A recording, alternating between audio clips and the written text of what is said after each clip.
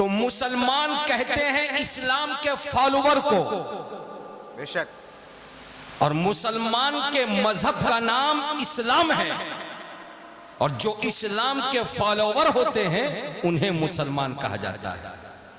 لیکن نوجوانوں، school, college, یونیورسٹیوں میں پڑھتے ہو، آپ کو معلوم ہے کہ صرف بھارت کے اوپر نظر نہ رکھنا، پوری دنیا میں نظر رکھنا۔ تو آپ کو معلوم ہوگا کہ پوری دنیا میں صرف مسلمان نہیں رہتے، کچھ ایسی قومیں بھی رہتی ہیں کہ جو اپنے آپ کو یہودی کہتی ہیں، کچھ ایسی قومیں بھی رہتی ہیں جو اپنے آپ کو نصرانی کہتی ہیں، کچھ ایسی قومیں بھی رہتی ہیں جو اپنے آپ کو بدھسٹ بھی کہتی ہیں۔ لیکن کبھی آپ نے غور کیا کہ نصرانی کسے کہتے ہیں، یہودی کسے کہتے ہیں، بدھسٹ کسے کہتے ہیں؟ اگر آپ غور کریں گے، اس کو سمجھ لیں گے تو اسلام کو اور مسلمان کو سمجھنا آسان ہوگا۔ ذہن قریب کیجئے، ایک بندے خدا حضرت یعقوب علیہ السلام کی اولاد میں گزرا جس کا نام یہودا تھا۔ جب دنیا کے لوگوں نے اس یہودا کی طرف اپنے آپ کو منسوب کیا تو یہودا کی طرف منسوب کرتے ہوئے وہ لوگ اپنے آپ کو یہودی کہنے لگے۔ دنیا میں ایک قوم رہتی ہے نصرانی، جو حضرت عیسیٰ علیہ السلام کا کلمہ پڑھنے والی قوم ہے۔ حضرت عیسیٰ علیہ السلام کی پیدائش جس بستی میں ہوئی تھی اس بستی کا نام ناصرہ تھا۔ جب کچھ لوگوں نے عیسیٰ علیہ السلام کو فالو کرتے ہوئے اپنے آپ کو ان کی طرف منسوب کیا تو ان کی پیدائش کی جگہ کو لے لیا اور ناصرہ سے اپنے آپ کو وہ نصرانی کہنے لگے۔ گوتم بدھ اس دنیا میں ایک آنے والا مہاپروش ان کے حساب سے آیا تھا۔ جب دنیا کے کچھ لوگوں نے اس کی جانب اپنے آپ کو منسوب کر دیا تو اب وہ گوتم بدھ کی طرف منسوب کرتے ہوئے اپنے آپ کو بدھسٹ کہے جانے لگے۔ حضرات ذہن قریب کیجئے، یہودی ایک فرد بشر کی طرف اپنے آپ کو منسوب کرتے ہیں، نصرانی عیسیٰ علیہ السلام کی پیدائش کی جگہ کی طرف اپنے آپ کو منسوب کرتے ہیں، بدھسٹ ایک مخصوص انسان کی طرف اپنے آپ کو منسوب کرتے ہوئے اس کے نام کو اپنے نام کے ساتھ چسپا کر کے بدھسٹ اپنے آپ کو کہتے ہیں۔ لیکن مسلمانوں، آپ کلمہ پڑھتے ہو محمد رسول اللہ کا، وہ پیارے محمد فاؤنڈر آف اسلام ہیں، وہ پیدا ہوئے عرب میں، جس شہر میں آئے اس شہر کا نام مکہ، جس شہر میں 1400 سال سے آرام کر رہے ہیں اس شہر کا نام مدینہ، جو زبان لے کر کے آئے وہ زبان ہے عربی۔ لیکن خبردار، آپ سے اگر میں سوال کروں تو یہ جواب آپ دینے سے پہلے 1000 مرتبہ سوچنا۔ آپ کو جو مذہب پسند ہے اس مذہب کو کیا مذہب مکی کہتے ہیں؟ نہیں۔ کیا مذہب مدنی کہتے ہیں؟ نہیں۔ کیا مذہب عربی کہتے ہیں؟ نہیں۔ کیوں؟ محمد عربی عرب میں پیدا ہوئے تھے، مذہب کو عرب کی طرف منسوب کرتے ہوئے مذہب عربی کہتے، مگر ایسا نہیں ہے۔ مکہ میں پیدا ہوئے تھے، مذہب کو شہر مکہ کی طرف منسوب کر کے آپ مذہب مکی کہتے نہیں۔ رسول اللہ مدینے میں آرام کر رہے ہیں، مذہب کو مدینے کی طرف منسوب کرتے ہوئے مذہب مدنی کہتے، مگر ایسا نہیں، بلکہ آپ نے جس مذہب کو مانا ہے، جس مذہب کا کلمہ پڑھتے ہیں، اس مذہب کو مذہب عربی نہیں کہا جاتا، مذہب مکی نہیں کہا جاتا، مذہب مدنی نہیں کہا جاتا، مذہب محمدی نہیں کہا جاتا۔ اگر کہا جاتا تو مذہب اسلام کہا جاتا ہے۔ بولیے سبحان اللہ، مذہب اسلام کہا جاتا ہے۔ آخر اس کی وجہ کیا ہے؟ توجہ حاضر کیجئے، اس کی وجہ کو سمجھنے کے لیے آپ کو لفظ اسلام کا معنی جاننا پڑے گا۔ اسلام کا معنی کیا ہوتا ہے؟ توجہ حاضر کیجئے، اسلام کا معنی ہوتا ہے مان لینا۔ اسلام کا کیا معنی ہوتا ہے؟ پیار سے بولیے، مان لینا۔ تو مذہب اسلام کا پہلا کام ہے مان لو۔ تو جو مان لے گا وہ اسلام کا پیروکار ہوگا، اور جو اسلام کا پیروکار ہوگا وہی مسلمان کہلائے گا۔ تو اب بولیے باڑا دی والوں، کمل پورا والوں، مظفر پور والوں، آپ نے مانا ہے، کیا مانا ہے جس کی بنیاد پر آپ کو مسلمان کہا جاتا ہے؟ تو آپ کہیں گے ہم نے مانا ہے کہ خدا ایک ہے، آپ کہیں گے ہم نے مانا ہے کہ محمد صلی اللہ علیہ وسلم اللہ کے مقدس نبی ہیں، آپ نے مانا ہے کہ قرآن پاک کتاب برحق ہے، آپ نے مانا ہے کہ مرنے کے بعد دوبارہ زندہ ہونا ہے، آپ نے مانا ہے کہ جنت دوزخ برحق ہے، آپ نے مانا ہے کہ حساب و کتاب برحق ہے، آپ نے مانا ہے کہ ماں باپ کا ادب و احترام لازم ہے، آپ نے مانا ہے کہ پیدا کرنے والا خدا خالق ہے، اس کے لیے موت نہیں ہے، اور اس نے جس کو پیدا کیا ہے ان سب کے لیے ایک نہ ایک دن فنا ہے، آپ نے مانا ہے کہ نماز فرض ہے، آپ نے مانا ہے کہ روزہ حج و زکوٰۃ فرض ہے، آپ نے مانا ہے کہ چھوٹوں پر شفقت کرنی ہے، آپ نے مانا ہے کہ جائز اور ناجائز کی تمیز کرنی ہے، آپ نے مانا ہے حلال اور حرام کو دیکھ کر کے زندگی گزارنا ہے۔ گویا کہ پروردگار عالم نے مذہب اسلام دے کر کے محمد رسول اللہ کو آج سے 1400 سال پہلے جب مکے کی وادی میں بھیجا تھا تو محمد رسول اللہ صلی اللہ علیہ وسلم نے مکے کی وادی میں 1400 سال پہلے جو ارشاد فرما دیے تھے، آج تک 1400 سال کا زمانہ گزر گیا، جس نے نبی کی باتوں کو سن کر کے نہیں مانا وہ اسلام کو چھوڑ کر کے کسی بھی مذہب والا ہو سکتا ہے، لیکن آپ اپنی قسمت پر ناز کرو، آپ کے دادا پر دادا نے مانا، آپ کے خاندان کے لوگوں نے مانا، آپ کے گھر والوں نے مانا، تو آپ نے بھی مان لیا، اور انشاءاللہ تعالی قیامت تک آپ کی جو نسلیں آئیں گی وہ مانیں گی، اور جو مان لیتا ہے وہی مسلمان ہو جاتا ہے، اور جو مان نہیں لیتا ہے وہ اسلام سے خارج دوسری قوم ہو جائے گا۔ بے شک، سبحان اللہ سبحان اللہ۔ حضرات اتنی باتیں اگر آپ نے سمجھ لیا ہے کہ مسلمان کہتے ہیں ماننے والے کو، کس کو کہتے ہیں مسلمان؟ پیار سے بولیے، مسلمان کہتے ہیں ماننے والے کو۔ اچھا ایک بات میں آپ سے کہوں کہ میں آپ کے سامنے کھڑا ہوں، میں کوئی بات آپ سے کہوں، آپ کے دل و دماغ پہ میری بات جب اترے تو ہو سکتا آپ شک میں مبتلا ہو جائیں، لیکن میری باتوں کو ماننے سے پہلے میری ذات کو اگر آپ نے تسلیم کر لیا کہ ہاں مولانا صاحب کبھی جھوٹ نہیں بولتے ہیں، ہمیشہ سچ بولتے ہیں، تو جو میں کہوں گا وہ آپ مان لیں گے۔ حضرات اگر اس بات کو آپ نے سمجھ لیا ہے تو آئیے میں آپ کو بتاتا ہوا گزروں، ایک آدمی دنیا کا ایسا مجھے لا کر کے دکھاؤ جس کی ہر بات کو لوگوں نے مانا ہو، ہر بات کو برحق تسلیم کیا ہو، ہر بات کو صحیح تسلیم کیا ہو۔ تاریخ انسانیت میں آپ کوئی ایسی تاریخ پیش نہیں کر سکتے، لیکن ایک تاریخ محمد رسول اللہ کی آتی ہے، ایک تاریخ آمینہ کے لخت جگر کی آتی ہے، ایک تاریخ عبداللہ کے نور نظر کی آتی ہے، ایک تاریخ فاطمہ کے ابا کی آتی ہے، ایک تاریخ حسنین کریمین کے نانا کی آتی ہے، کہ مکے کی وادی میں مصطفیٰ پیدا ہو کر کے 40 برس تک خاموش زندگی گزار رہے ہیں، لیکن 40 برس کے بعد فاران کی چوٹی پر کھڑے ہو کر کے جب مکے والوں کو بلا کر کے نبی نے فرمایا تھا، اے مکے والوں میرا نام کیا ہے؟ لوگوں نے کہا محمد ہے۔ یہ بتاؤ مجھ کو تم نے 40 سال تک دیکھا، میری صبح بھی دیکھی، شام بھی دیکھی، میرا دن بھی دیکھا، رات بھی دیکھا، بتاؤ مجھ کو تم نے کیسا پایا؟ تو مکے کے لوگ بول رہے تھے، محمد عربی آپ جیسا سچا ہم نے کسی کو نہیں دیکھا، آپ جیسا اچھا ہم نے کسی کو نہیں دیکھا، آپ جیسا نرالا ہم نے آپ کو کسی کو نہیں دیکھا، آپ جو بولتے ہیں سچ بولتے ہیں، آپ جو بولتے ہیں حق بولتے ہیں۔ تو محمد عربی کی زبان کھلی، ارشاد فرمایا نبی نے کہ اے مکے والوں اگر میں سچا ہوں، اگر میں حق والا ہوں تو میری باتوں کو سن لو، بتوں کو پوجنا بند کرو، سورج کو پوجنا بند کرو، معبودان باطلہ کو چھوڑو، ایک اللہ کی عبادت کرو، اسی کے سامنے سر جھکاؤ، مجھ محمد عربی کو نبی مانو، رسول مانو۔ مصطفیٰ کہہ رہے تھے، ابو جہل انکار کر رہا تھا، مصطفیٰ کہہ رہے تھے، عتبہ انکار کر رہا تھا، مصطفیٰ کہہ رہے تھے، شیبہ انکار کر رہا تھا، مصطفیٰ کہہ رہے تھے، ابو لہب انکار کر رہا تھا۔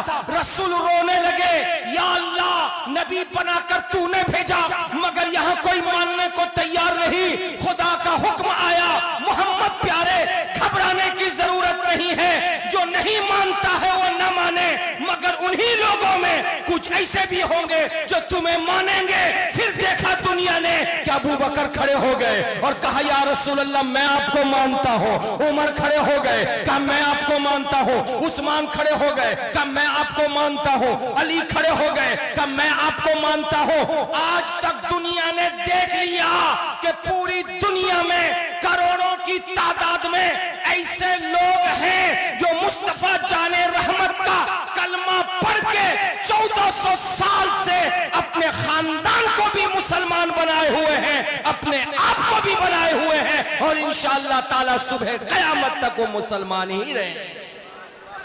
پیار سے بولے سبحان اللہ۔ اب جب اتنی باتوں کو سن لیا آپ نے تو ایک بات سنیے، امریکہ کا ایک بندہ جس کا نام مائیکل ہارٹ ہے، اس نے پچھلی زندگی کے بہت کامیاب لوگوں کی ایک فہرست تیار کیا، 100 لوگوں کی۔ اس فہرست میں سب سے اوپر نام اگر کسی کا لکھا تو ہمارے نبی کا۔ وہ مائیکل ہارٹ جس نے ہمارے نبی کا نام اوپر لکھا، 99 نام نیچے لکھا۔ مائیکل ہارٹ کچھ دنوں کے بعد لندن پہنچا اسپیچ دینے کے لیے۔ لندن کے بہت بڑے ہال میں جب اسپیچ دینے کھڑا ہوا تو ایک بندہ سامنے سے کھڑا ہوا، کالج کا طالب علم، اور کہا کہ مائیکل ہارٹ مذہب کے اعتبار سے آپ کون ہیں؟ کہا میں یہودی ہوں۔ تو جواب دیا کہ یہودی اس قوم کو کہتے ہیں جو موسیٰ علیہ السلام کا کلمہ پڑھتی ہے، لا الہ الا اللہ موسیٰ کلیم اللہ۔ لیکن آپ موسیٰ کا کلمہ پڑھنے والے کیسے ہیں کہ کلمہ پڑھیں حضرت موسیٰ کا، اور جب فہرست تیار کریں کامیاب لوگوں کی تو اس میں مسلمانوں کے نبی کا نام اوپر رکھے؟ یہ کہاں کا انصاف ہے؟ انصاف تو یہ ہونا چاہیے تھا کہ آپ موسیٰ کا کلمہ پڑھتے تو موسیٰ کا نام اوپر رہنا چاہیے۔ مائیکل ہارٹ نے جو جواب دیا تھا اس جواب کو توجہ کے ساتھ سنیے۔ پڑھنے والے لڑکوں سنو، اسکول کالج یونیورسٹی جانے والوں سنو، بھائیوں آپ لوگ بھی سنو۔ مائیکل ہارٹ نے جواب دیا تھا کہ دیکھو جب آدمی جھوٹ بولتا ہے تو جھوٹ کی میعاد کتنی ہوتی ہے؟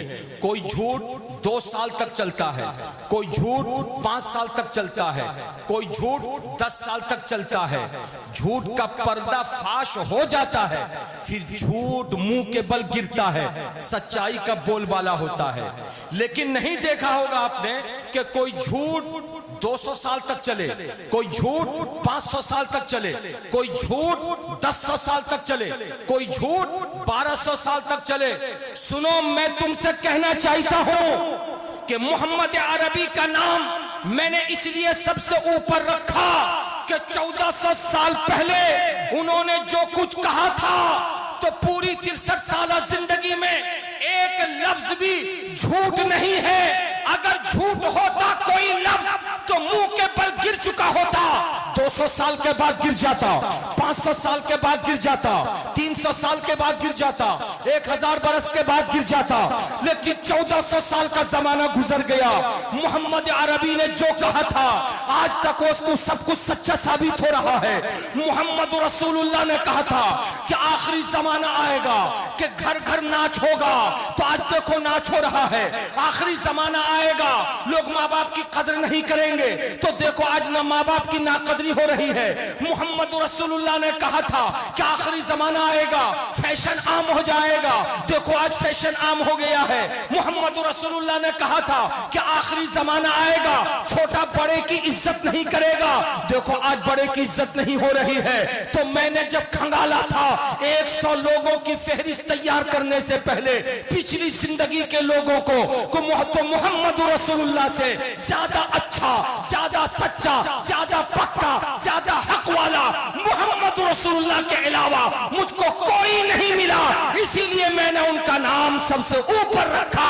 اسی لیے اعلیٰ حضرت لکھتے ہیں سب سے اولا و اعلیٰ ہمارا نبی، سب سے بالا و اعلیٰ ہمارا نبی، سارے اچھوں میں اچھا سمجھیے جسے ہے اس اچھے سے اچھا ہمارا نبی۔ نعرہ تکبیر، نعرہ رسالت، مسلک اعلیٰ حضرت سرور دو عالم کانفرنس علامہ سخاوت حسین برکاتی صاحب قبلہ، نعرہ تکبیر، نعرہ رسالت۔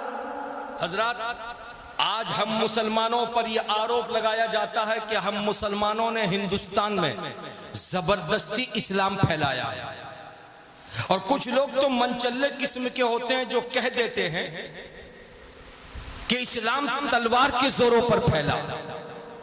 یاد رکھو، ہندوستان کی آزادی سے پہلے انگریز 200 سال تک حکومت کرتے رہے۔ انگریزوں سے پہلے کم و بیش 800 برسوں تک اسلامی حکومتیں رہیں، بادشاہوں کا دور رہا۔ اگر زبردستی کسی کو مسلمان بنانے کی بات ہوتی تو آج ہندوستان کا نقشہ کچھ اور نظر آتا، لیکن کسی بھی بادشاہ نے اپنے زمانے میں زبردستی اسلامی قانون کو کسی کے سر پہ نہیں تھوپا۔ اس لیے نہیں تھوپا کہ وہ جانتے تھے کہ زبردستی کا اسلام اللہ کو منظور نہیں ہے۔ اور یہی وجہ ہے جتنے بھی بزرگان دین دنیا ہندوستان میں تشریف لائے، وہ تمام کے تمام بزرگان دین بھی جانتے تھے۔ یہ بات بہت مشہور ہے، میرے خواجہ نے کلمہ پڑھایا تھا، قطب الدین بختیار کاکی نے کلمہ پڑھایا تھا، نظام الدین محبوب الہی نے کلمہ پڑھایا تھا، مگر تاریخ کا کوئی ورق اور کوئی باب آپ ایسا نہیں دکھا سکتے کہ غریب نواز نے زبردستی کسی کو کلمہ پڑھا کے مسلمان بنایا ہو، محبوب الہی نے زبردستی کسی کو کلمہ پڑھا کے مسلمان بنایا ہو۔ زبردستی اسلام کسی کے سر پہ تھوپنا یہ اللہ کو منظور نہیں ہے، اس لیے کہ اسلام کوئی زبردستی کا سودا نہیں ہے۔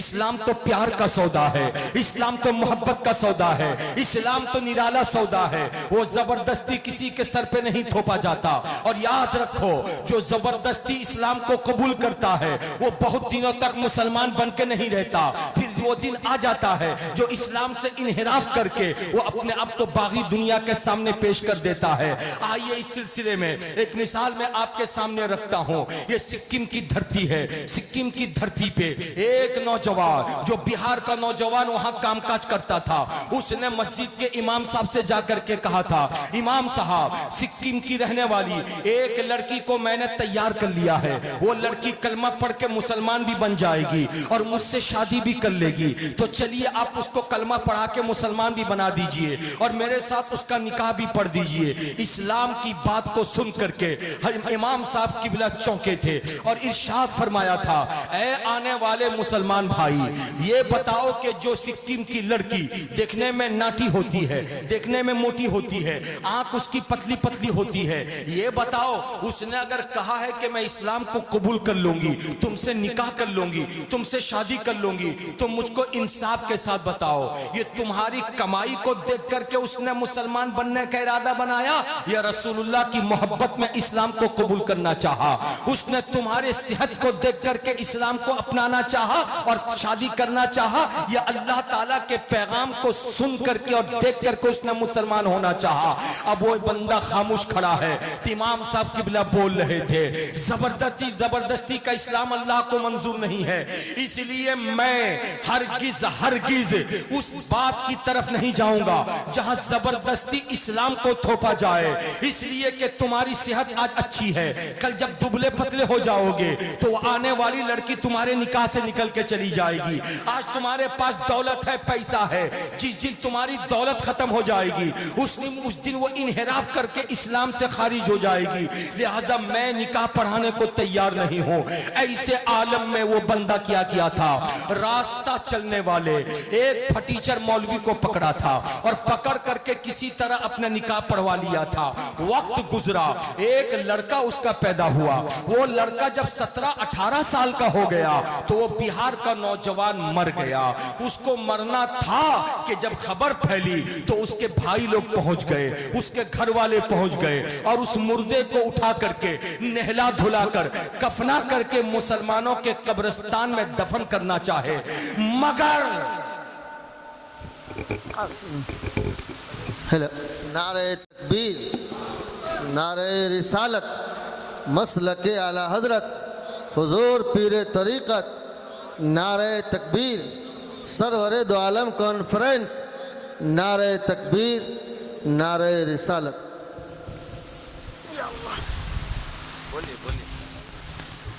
حضرات اب آپ تشریف رکھیے۔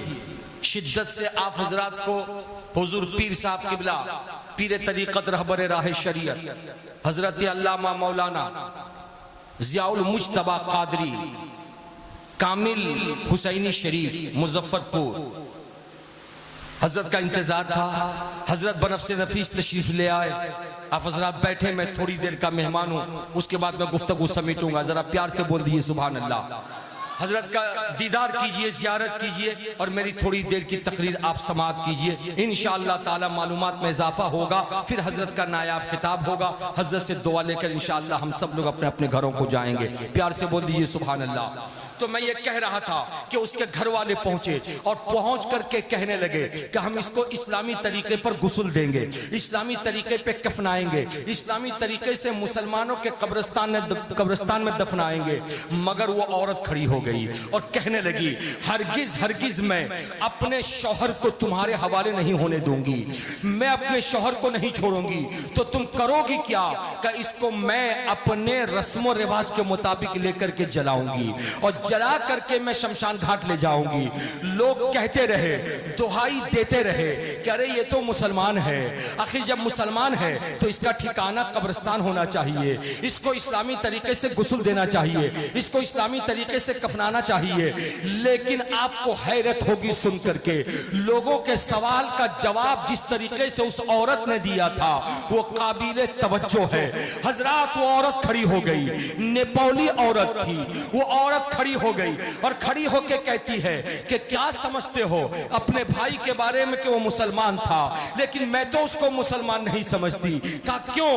کہا میں جانتی ہوں اگر وہ مسلمان ہوتا تو شراب نہیں پیتا، اگر وہ مسلمان ہوتا تو جوا نہیں کھیلتا، اگر وہ مسلمان ہوتا تو غیر مردوں کے ساتھ میں بستر پہ رہتی تو اس کو اعتراض ہوتا، اگر وہ مسلمان ہوتا تو غیر مردوں کے ساتھ سونے کو مجھے اجازت نہیں دیتا، اگر وہ مسلمان ہوتا تو سٹا نہیں کھیلتا، اگر وہ مسلمان ہوتا ایک وقت کی نماز نہیں چھوڑتا۔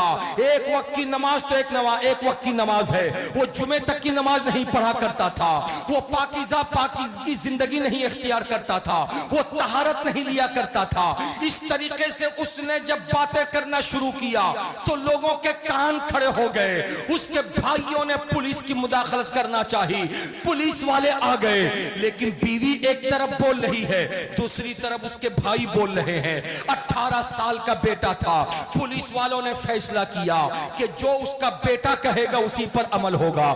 جب بیٹے کو کھڑا کیا گیا تھا تو بیٹے نے برجستہ کہا تھا میری امی جو کہتی ہے اسی پر عمل کیا جائے، اور امی یہی کہہ رہی تھی کہ میں اپنے شوہر کو تمہارے حوالے نہیں کروں گی، میں اس کو لے کے کفنانے نہیں دوں گی، میں اس کو لے کے جلاؤں گی، شمشان گھاٹ پہنچاؤں گی۔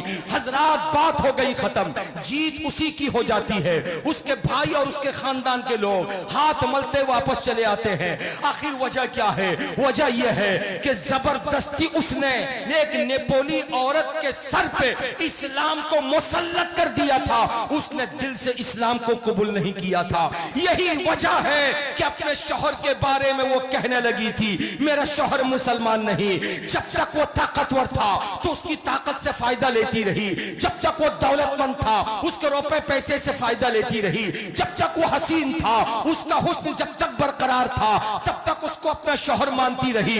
حسن زائل ہوا اپنے پرانے دھرم میں آ گئی، طاقت ختم ہوئی اپنے پرانے دھرم میں آ گئی۔ لیکن مسلمانوں میں تمہاری عظمتوں کو سلام کرتا ہوں، تم امیر ہو تب بھی مسلمان ہو، غریب ہو تب بھی مسلمان ہو، اس لیے کہ اسلام امیری غریبی دیکھ کر کے نہیں آتا ہے، اسلام تو خدا کا پسندیدہ مذہب ہے۔ خدا جس بندے کو پسند فرماتا ہے اسی بندے کو اٹھا کر کی جھولی میں ڈال دیتا ہے، اور جو محبوب کا کلمہ پڑھ لیتا ہے وہی نبی کا غلام بن جاتا ہے، وہی مسلمان بن جاتا ہے۔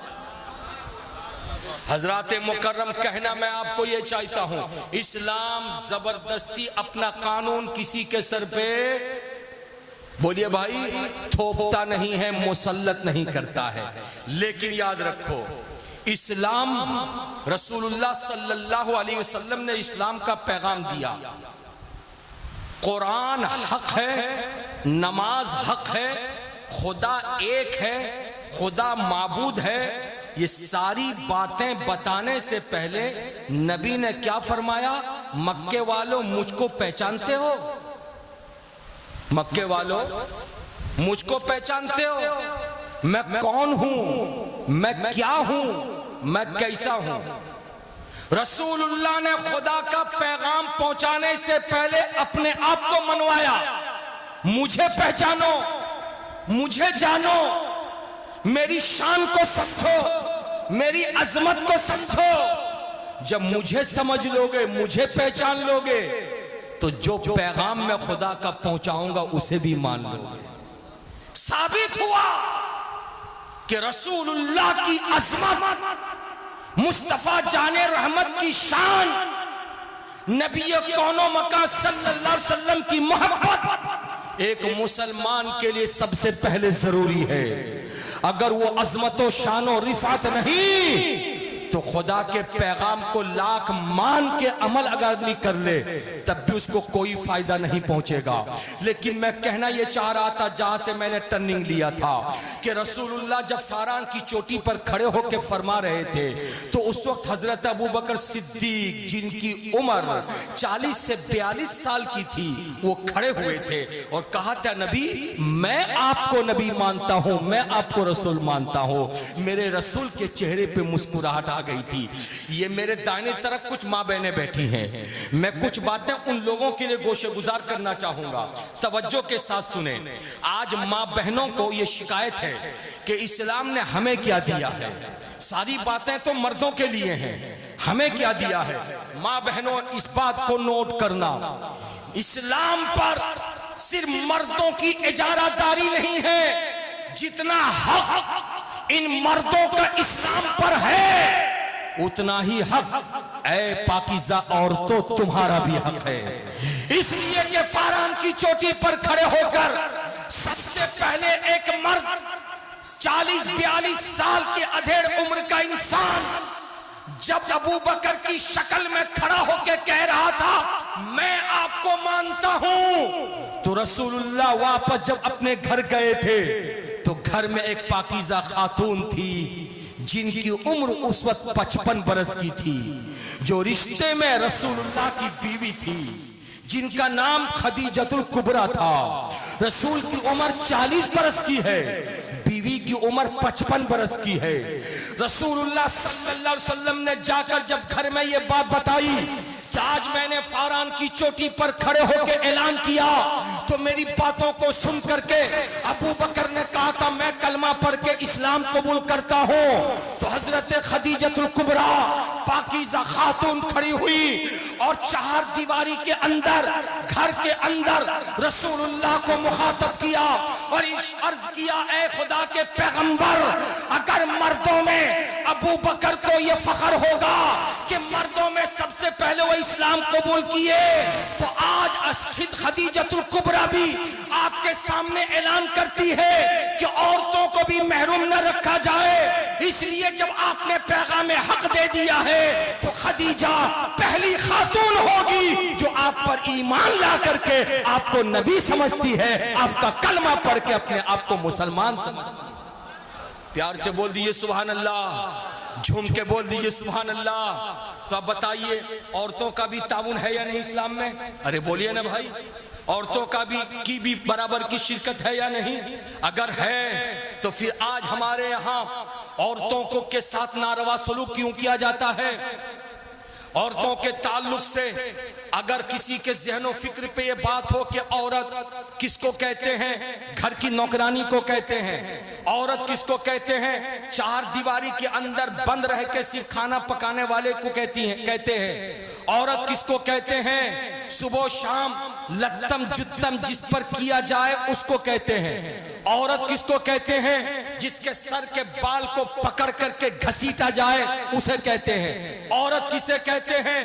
جس پر ہر ہفتے دو چار تماچا لگایا جائے اسے کہتے ہیں۔ عورت کسے کہتے ہیں؟ سماج میں جو سب سے زیادہ ہینج اور بالکل گری ہوئی شخصیت ہوتی ہے اسے عورت کہتے ہیں۔ آج کچھ لوگوں کا ذہن خراب ہے، یہی تصور عورتوں کے تعلق سے بھی رکھتے ہیں، لیکن ذرا سا نکلو، اسلام جیسے آفاقی نظام کو دیکھو، اسلام جیسے آفاقی قانون کو دیکھو۔ اسلام نے عورتوں کے مرتبے کو بلند کیا، اور اتنا بلند کیا، اتنا بلند کیا کہ عورت کی 4 شکل ہوتی ہے۔ ایک شکل ماں کی ہوتی ہے، دوسری شکل بیوی کی ہوتی ہے، تیسری شکل بیٹی کی ہوتی ہے، اور چوتھی شکل بہن کی ہوتی ہے۔ کتنی شکل ہوتی ہے بابو؟ پیار سے بولو، کتنی شکل ہوتی ہے؟ 4 شکل۔ ماں ہے تو بے مثال ہے، بیوی ہے تو بے مثال ہے، بیٹی ہے تو بے مثال ہے، بہن ہے تو بے مثال ہے۔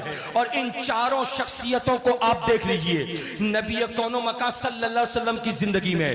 میرے نبی کی عمر جب 6 برس کی رہی تو اپنی اماں حضرت آمنہ خاتون کا انتقال ہوا۔ میرے نبی صلی اللہ تعالی علیہ وسلم جب 25 برس کے ہوئے تو نکاح کیا، خدیجہ الکبریٰ جیسی پاکیزہ خاتون بیوی بن کر کے آئیں۔ مصطفیٰ جان رحمت صلی اللہ تعالی علیہ وسلم کو دودھ جس عورت نے پلایا وہ حلیمہ سعدیہ ہے، ان کی ایک بیٹی تھی، نبی کی اپنی کوئی بہن نہیں، لیکن دودھ پلانے والی ماں حضرت حلیمہ کی ایک بیٹی تھی جن کا نام شیمہ تھا، وہ رسول کے رشتے میں بہن لگتی تھی۔ مصطفیٰ جان رحمت کا ایک رشتہ اور رہ گیا باپ بیٹی کا، تو جب بیٹی کی باری آتی ہے تو ام کلثوم جیسی پاکیزہ خاتون آتی ہیں، زینب جیسی پاکیزہ خاتون آتی ہیں، رقیہ جیسی پاکیزہ خاتون آتی ہیں، فاطمہ جیسی پاکیزہ خاتون آتی ہیں۔ ان 4 ہستیوں کو نبی کی زندگی سے ذرا جوڑ کر کے دیکھیے، نبی نے ان چاروں کی شخصیتوں کو کتنا نمایاں کیا ہے۔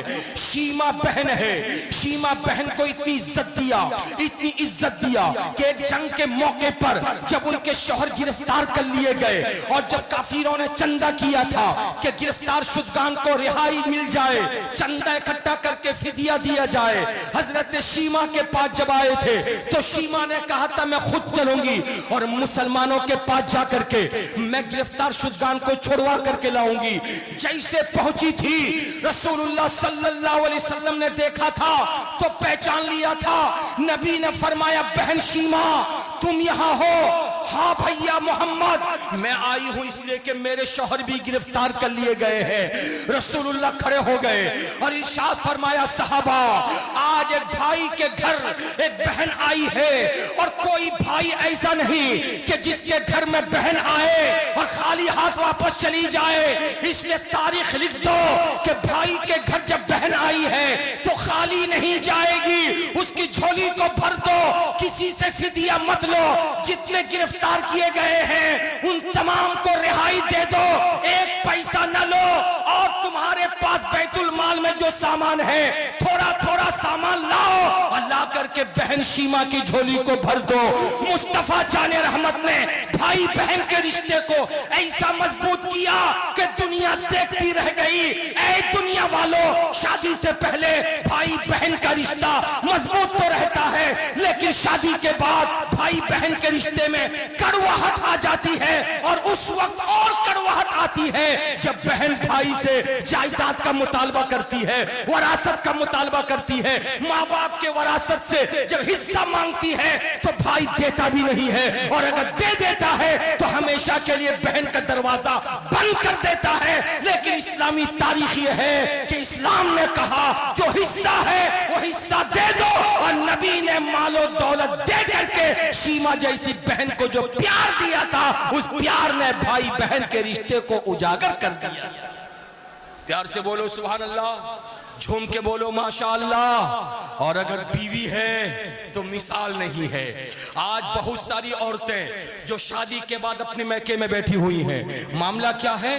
سسرال میں جھگڑا ہے، ایسا جھگڑا کہ آج کوٹ کچہری چلے جائیے، مسلمان منڈلاتے ہوئے ہم آپ کو ملیں گے، اور جب پکڑ کے مسلمانوں سے پوچھئے گا کیا معاملہ ہے تو 2 معاملہ رہے گا، یا تو ایک معاملہ طلاق کا ہوگا یا دوسرا معاملہ زمین جگہ کے جھگڑے کا ہوگا۔ مسلمان کے 2 معاملے کی وجہ سے آج لاکھوں کروڑوں روپیہ آج کوٹ میں خرچ ہو رہا ہے، وکلا کھا رہے ہیں، مسلمان تباہ ہے، مسلمان پریشان ہے۔ بہو لانے سے پہلے یہ ساس ہے جو ایک مرتبہ بہو کو دیکھنے گئی تھی، پورے علاقے میں آ کے ڈھول پیٹی تھی کہ میری بہو ہے کیا، وہ چاند سے بھی زیادہ حسین ہے، میرے گھر کے لیے خدا نے اس کو پیدا کیا، مگر وجہ کیا ہے؟ شادی کر کے آئے ہوئے ایک ہفتہ نہیں گزرا تو اس بہو کے اندر میں کیڑا نکل گیا۔ اب ساس کو بہو نہیں بھانے لگی، بہو کا اٹھنا ساس کو اچھا نہیں لگا، بہو کا بیٹھنا ساس کو اچھا نہیں لگا، بہو کا سونا ساس کو اچھا نہیں لگا، بہو کا جاگنا ساس کو اچھا نہیں لگا۔ اپنی بیٹی دن کے 8 بجے تک سوئی رہے کوئی فرق نہیں پڑتا،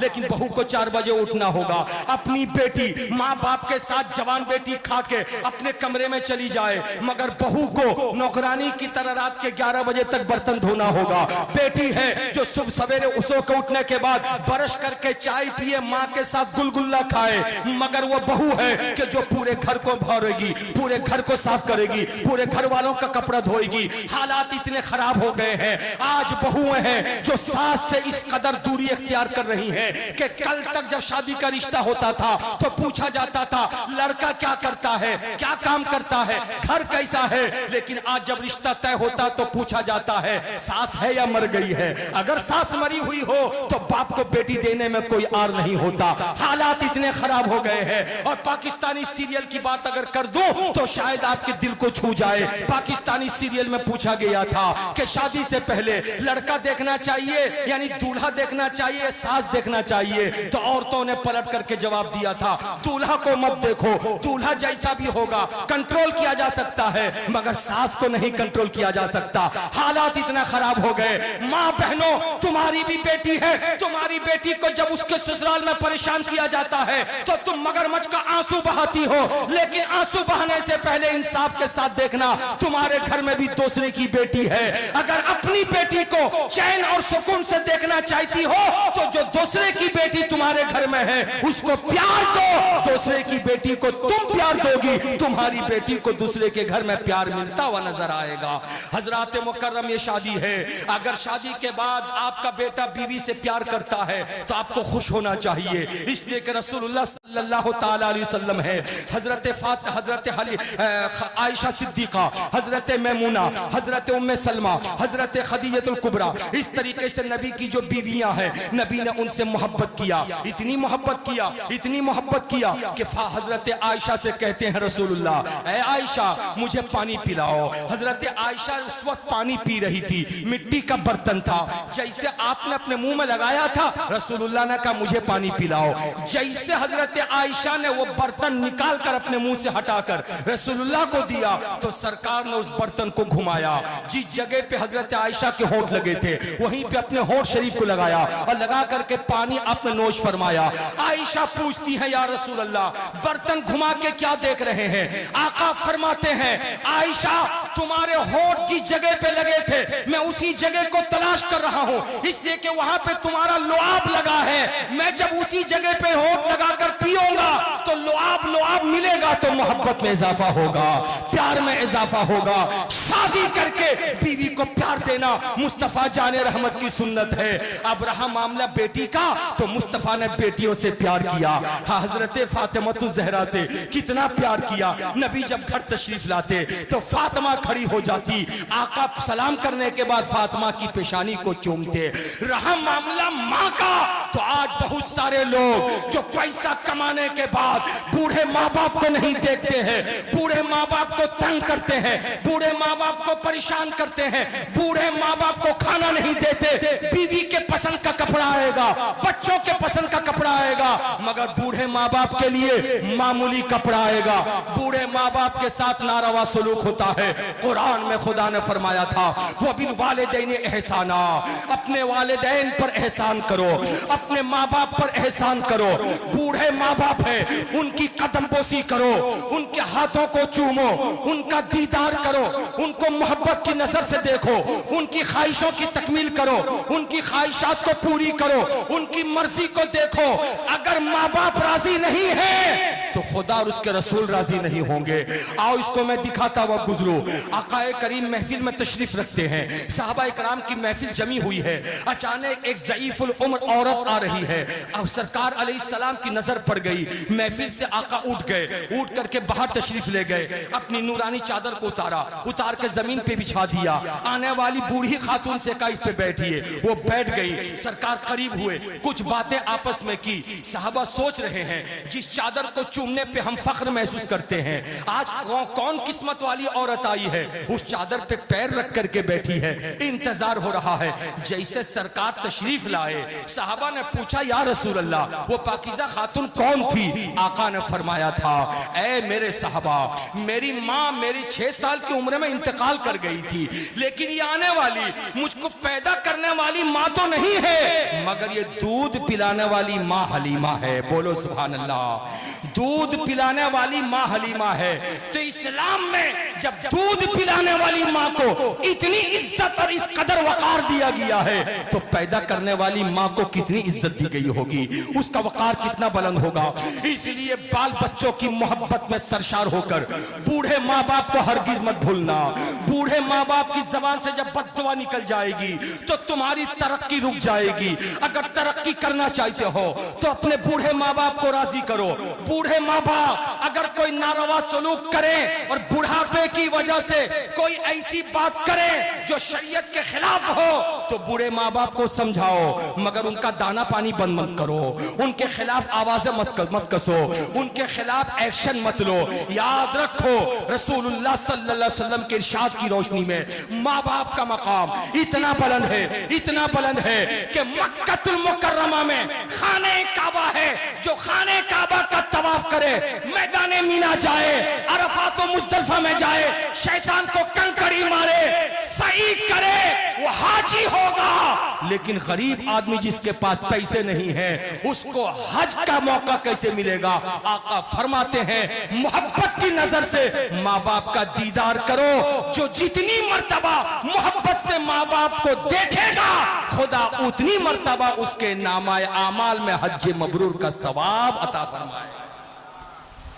پیار سے بولیے سبحان اللہ، جھوم کے بولیے ماشاءاللہ۔ تو میں بتانا آپ کو یہ چاہ رہا تھا، یہ اسلام ہے، جو اسلامی فلسفہ ہے، جو اسلامی قانون ہے، یہ آفاقی نظام ہے، یہ ایک پیغام حق ہے جو رسول اللہ صلی اللہ تعالی علیہ وسلم نے ہمیں اور آپ کو دیا تھا۔ تو میں بتانا چاہ رہا تھا کہ عورتوں کا مقام بہت بلند ہے، اس بلند مقام کو کبھی گھٹانے کی کوشش مت کیجئے گا۔ جلسہ تو ایک دن ہوا، اس ایک دن میں ہم آئے، علماء آئے، حضرت قبلہ تشریف لائے، آپ کو کچھ پیغام حق دے کر کے چلے جائیں گے، لیکن میں آج دوپہر سے ہوں، نماز ظہر، نماز عصر، نماز مغرب، نماز عشاء میں نے مسجد شریف میں پڑھی۔ امام صاحب مولانا سجاد رضوی صاحب الحمدللہ بڑے مخلص ہیں، آپ خوش قسمت ہیں، اتنے اچھے امام آپ کو ملے ہیں۔ حضرات ان کے سامنے میں کہہ رہا ہوں، اس لیے کہہ رہا ہوں کہ دوپہر سے لے کے اس وقت تک ہم نے ان کا خلوص دیکھا ہے۔ حضرات ایک جلسے میں آپ نے تقریر سن لی، لیکن اصل کام وہ کرتا ہے جو آپ کی مسجد کا امام ہوتا ہے، چاہے یہ امام ہو چاہے کوئی دوسرا امام آئے۔